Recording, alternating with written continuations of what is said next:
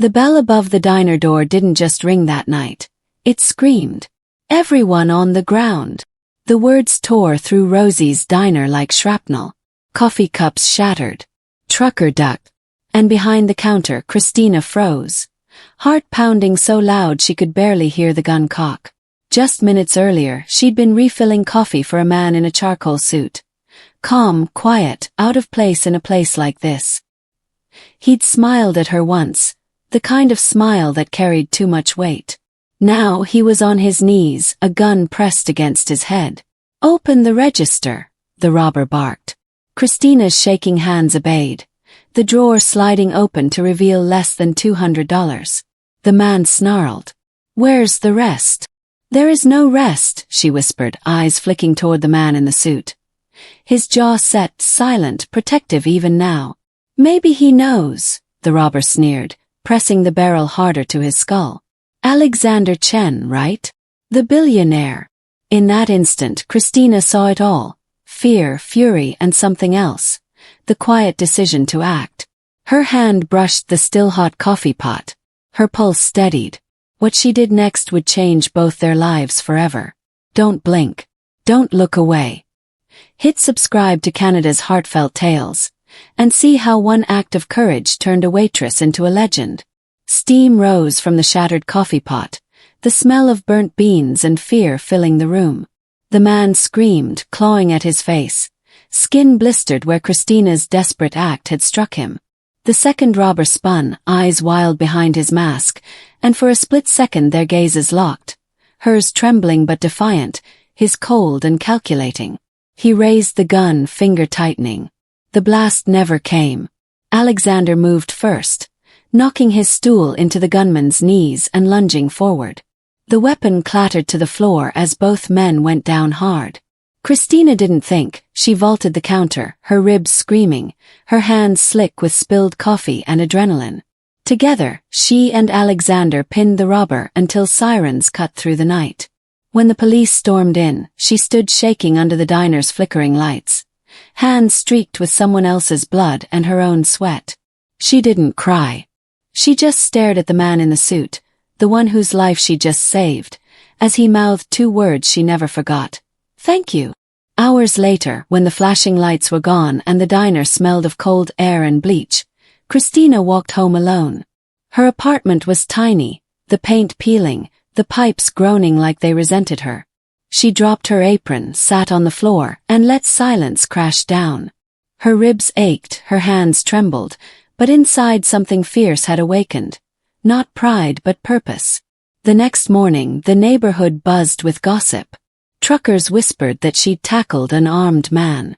Locals peeked through windows when 4 black SUVs pulled up outside Rosie's. The chrome reflected sunlight like armor. Doors opened in perfect unison, and a man in a tailored coat stepped out. Alexander Chen, CEO of Nexus Technologies, flanked by security agents.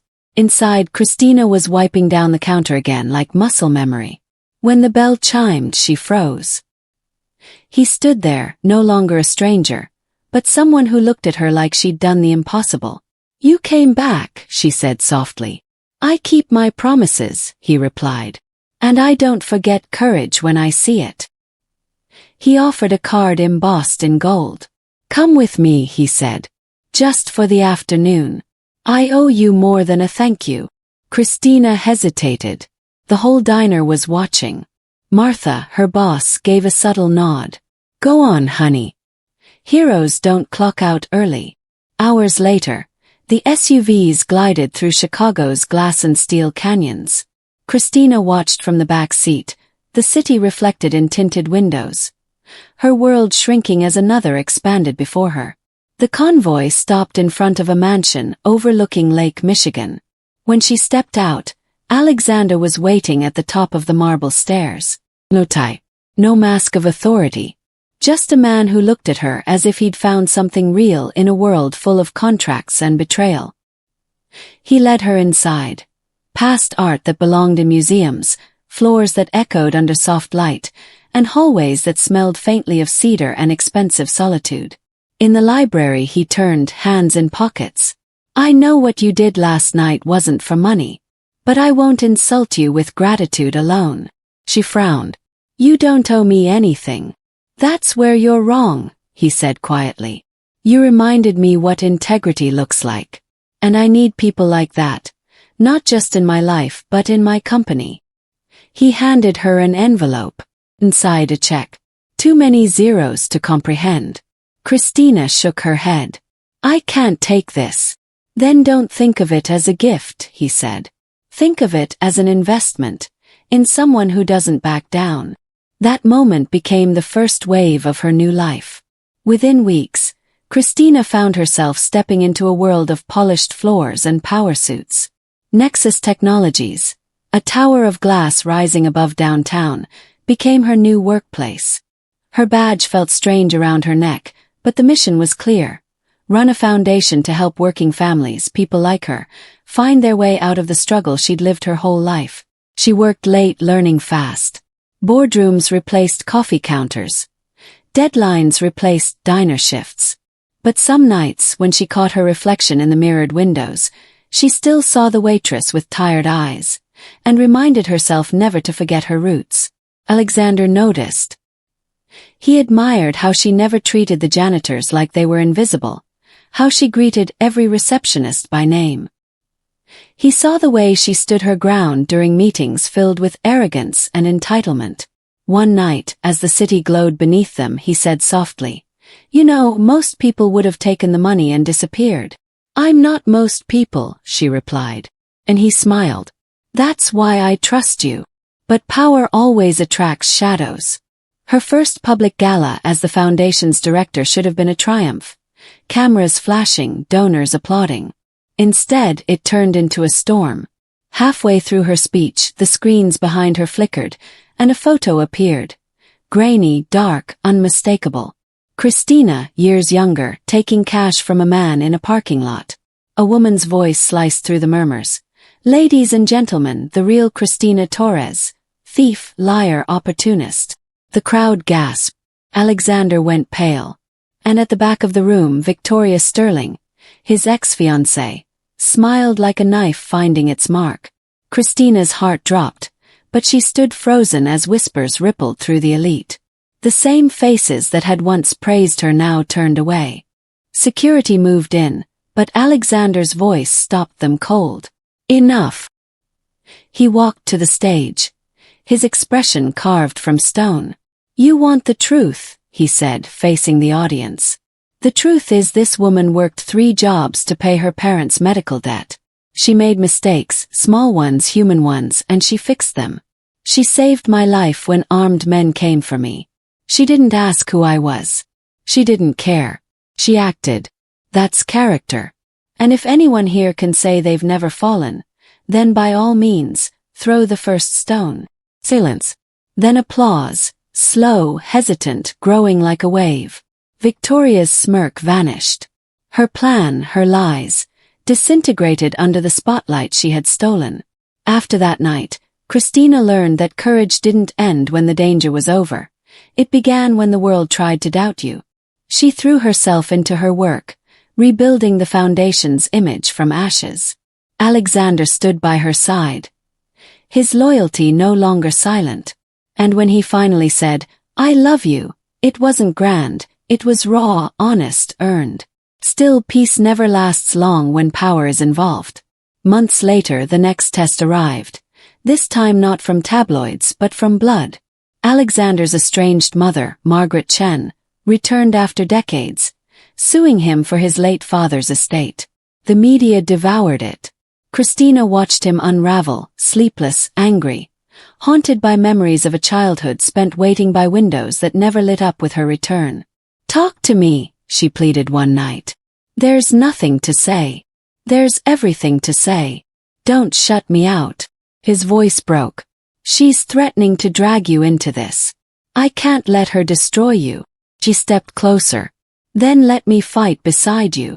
And for the first time, Alexander didn't resist. The meeting with Margaret was colder than any courtroom. Her diamond smile barely hid the poison beneath. So, she said, eyes sweeping over Christina. This is the waitress. Tell me, dear, what's your price for loyalty? Christina didn't flinch. You left your son when he was 5, she said evenly. You don't get to measure loyalty. Margaret's mask cracked. Alexander stood, voice low but steady. If you ever speak to her like that again, this conversation ends permanently. He turned to Christina then, and said the words that would change everything. She's the woman I'm going to marry. That was the moment the tides turned. 3 weeks later, Alexander proposed in the same house where his mother's shadow had lingered for years. The ring was simple, an emerald surrounded by diamonds. But what mattered wasn't the stone. 'Twas the vow. You came into my life like a storm, he said, voice trembling. You showed me that bravery doesn't mean not being afraid. It means acting anyway. Christina, tears in her eyes, whispered, yes, 1,000 times yes. But life, as always, demanded one last act of courage. Martha, her mentor from Rosie's, fell ill. The diner, their old world, was collapsing under debt. Christina rushed to her bedside, the smell of antiseptic and fading flowers surrounding them. I'm losing it all, Martha murmured. The diner, the place we built. No, Christina said. You're not losing it. You're getting it back. She and Alexander bought the building, not as charity but as partnership. They turned it into a community hub, where single parents could eat, learn, and dream again. The same place where courage began now became a place that gave it back. And when they married, they didn't choose a cathedral or ballroom. They chose the diner. The same fluorescent lights flickered above as Martha, fully recovered, served cherry pie to guests. Old Roy sat in his usual booth, smiling like he'd known all along how this story would end. Victoria Sterling. She tried to crash the wedding, drunk, desperate, cameras in tow. Security stopped her at the door. Alexander stepped outside once, met her eyes and said quietly, You had every chance to be kind. He turned his back.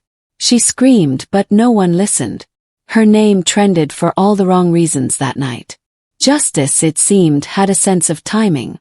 As dusk fell, Christina stood outside with Alexander, the lake shimmering in gold beyond the city skyline. The diner glowed behind them. Laughter, music, life. She looked at him and smiled. Do you ever think about that night? She asked. The robbery? No, she said. The moment after. When you said thank you. He chuckled softly. I still mean it. Inside, the old coffee pot, the one that started it all, sat in a glass case near the register. A plaque beneath it read, Bravery brewed here. And just as the camera pans out, the doorbell rings again. A new customer walks in, glancing at the plaque, smiling. The same courage, ready to begin again. Because in the end, what began with fear became a story of strength, and those who once looked down on her were now the ones left behind. The woman who once poured coffee now poured hope. And the ones who mocked her, they learned the hardest truth of all. You can't buy integrity. You can only live it. As the last guests drifted away and the lights of Rosie's diner dimmed to a quiet hum, Christina stood by the window, watching the reflection of her new life shimmer against the glass. The city beyond was still the same, loud, restless, full of stories, but she wasn't. The girl who once wiped counters for tips now built bridges for others to rise. She had learned that courage wasn't born in comfort, and truth didn't need to shout to be powerful. It just needed to stand its ground. Alexander's hand found hers, steady and warm, as the old neon sign flickered back to life. For a moment, the past and future shared the same light. She smiled, not because everything was perfect, but because she finally understood that the hardest nights often give birth to the brightest mornings. If this story moved you, hit like, share it with someone who needs hope today, and subscribe to Canada's Heartfelt Tales, where every act of courage writes a new chapter of truth.